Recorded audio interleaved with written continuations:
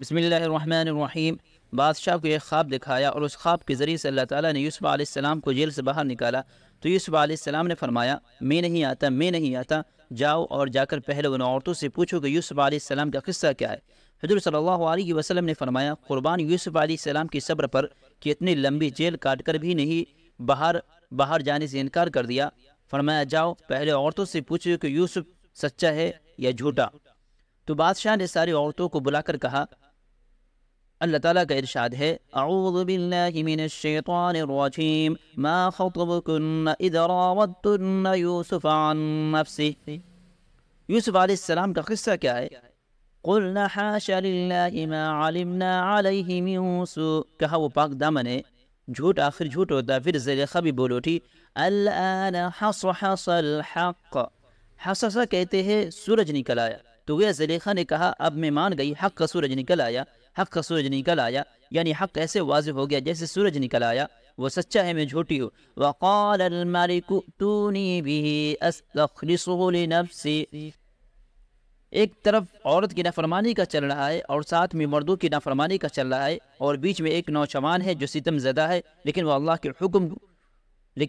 کا حکم نہیں توڑتا، اللہ کی نافرمانی نہیں کرتا، اور صبر سے حق کے دامن کو تھام کر چل رہا ہے۔ ہر آنے والا دن اس کے غم کو بڑھا رہا ہے، آنے والی شام ہو یا سویرے، اندھیرا ہو یا اجالا، موسم بدلے، رات بدلی، لیکن اس کے غم بڑھتے گئے اور کسی حال میں بھی اس نے اللہ کی نافرمانی کو قبول نہ کیا۔ تو اللہ تعالیٰ نے اسے مشکل گھاٹیوں سے نکال کر پھر اسے تخت پر بیٹھا دیا۔ ایک طرف قرآن نے زلیخا کی ذلت کا آشکارا کر دیا، اور وَجَاءَ إِخْوَةُ يُوسُفَ فَدَخَلُوا عَلَيْهِ فَعَرَفَهُمْ وَهُمْ لَهُ مُنكِرُونَ، یوسف علیہ السلام کے بھائی آئے غلہ لینے کے لیے کیونکہ قحط آ گیا تھا۔ یوسف علیہ السلام نے تو پہچان لیا اور انہوں نے نہیں پہچانا۔ آپ ویسے بھی نقاب رکھتے تھے کیونکہ آپ کا حسن بہت زیادہ تھا، اس لیے آپ احتیاطی طور پہ چہرے پہ جو کپڑے رکھتے تھے۔ آپ نے انہیں غلہ بھی دیا اور ساتھ پیسے بھی ڈال دیا، لعلہم یرجعون، اور ان سے کہا کہ جب تم دوبارہ آؤ تو اپنے بھائی کو بھی ساتھ لانا۔ فَإِن لَّمْ تَأْتُونِي بِهِ فَلَا كَيْلَ لَكُمْ عِندِي وَلَا تَقْرَبُونِ، اگر تم بھائی کو نہ لائے تو میں تمہیں غلہ نہیں دوں گا۔ واپس گئے اور کہنے لگے کہ ہمارا تو غلہ ہی بند ہو گیا کیونکہ عزیز مصر نے کہا ہے کہ بھائی لاؤ تو غلہ دوں گا۔ حضرت یعقوب علیہ السلام نے فرمایا هل آمنكم عليه إلا كما آمنتكم على أخيه من قبل، جیسے یوسف کو گوایا اسے بھی گوا دو، میں یہ کام نہیں کرتا، اسے بھی تمہارے ساتھ بھیجو۔ فاللہ خیر حافظا وهو ارحم الراحمین، اگر جانا ہی پڑا تو میں اسے اللہ کے سپرد کر دوں گا، تمہارے سپرد نہیں کرتا۔ دوبارہ سفر ہوا، بنیامین ساتھ ہے۔ یوسف علیہ السلام اسے اپنے قریب کر کے فرمایا انی انا اخوک، میں تیرا بھائی ہوں، میں تیرے روکنے کا طریقہ اختیار کروں گا، تم خاموش رہنا۔ یوسف نے اپنے پیمانہ اپنے بھائی بنیامین کے بورے میں رکھوا دیا، اور جب قافلہ چلنے لگا تو آواز دینے والے نے کہا انکم لسارقون، ارے چورو ٹھہرو۔ قالوا واقبلوا علیہم، ارے کیا کہہ رہے ہو کہ ہم چور ہیں؟ ہم چور بالکل نہیں ہے۔ انہوں نے کہا تلاشی دو، کہنے لگے کہ لے لو تلاشی۔ کہنے لگا یوسف علیہ السلام کے بھائیوں نے کہا جس کے بورے سے تمہارا پیمانہ مل جائے اور وہ تمہارا چور ہوگا اور تم اسے غلام بنا لینا۔ فَبَدَأَ بِأَوْعِيَتِهِمْ قَبْلَ وِعَاءِ أَخِيهِ، پہلے اوروں کی بوریاں کھولی اور آخر میں بنیامین کی بوری کھولی۔ فَاسْتَخْرَجَهَا مِنْ وِعَاءِ أَخِيهِ، اس کی بوری سے پیمانہ نکالا اور کہا یہ ہمارا چور ہے۔ اس وقت یہودا نے کہا اللہ کے بندو، پہلے یوسف علیہ السلام کو کھویا، اب بنیامین کو کھویا، اب باپ کو کیا جواب دو گے؟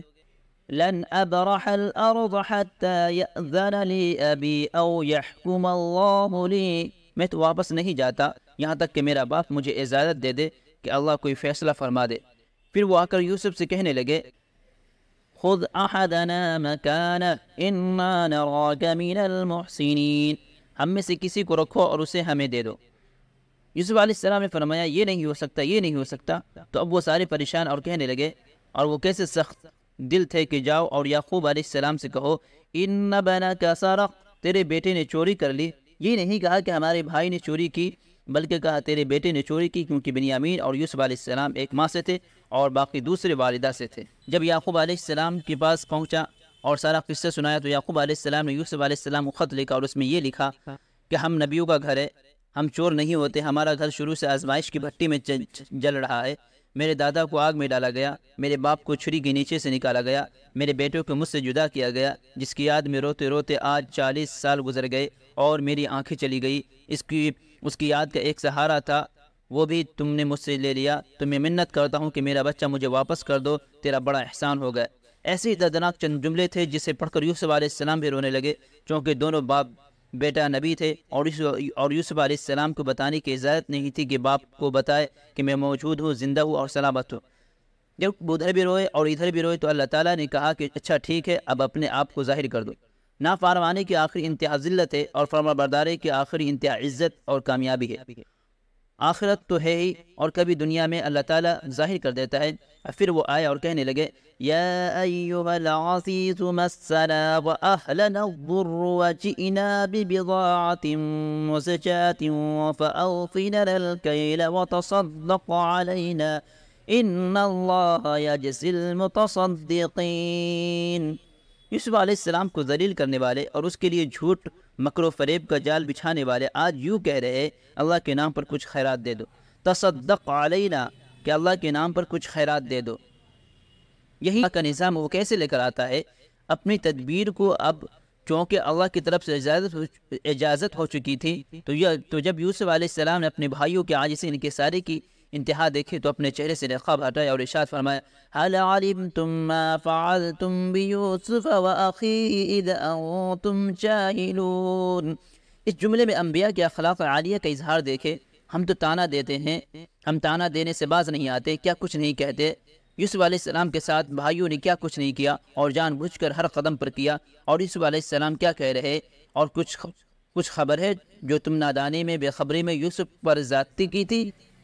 ہر علمتم لفظ میں بھی ہلکا پن آ گیا، ما فعلتم بیوسف جو ہو گیا غلطی سے ہو گیا، نادانی سے ہو گیا، حالانکہ کنویں میں پھینک رہے اور اوپر سے تلوار ہاتھ پر مار رہے اس کا ہاتھ چھوٹ جائے۔ تو یوسف علیہ السلام کا خواب انہیں اچھی طرح یاد تھا اور کھٹکا تھا، ایک دن یوسف اوپر ہوگا اور ہم نیچے ہوں گے۔ تو سب نے انہیں غور سے دیکھا اور ایک دم سب کی زبان سے بے ساختہ نکلا اِنَّكَ لَأَنْتَ یوسف، ہمیں تو یہی لگتا ہے کہ تو ہی یوسف ہے۔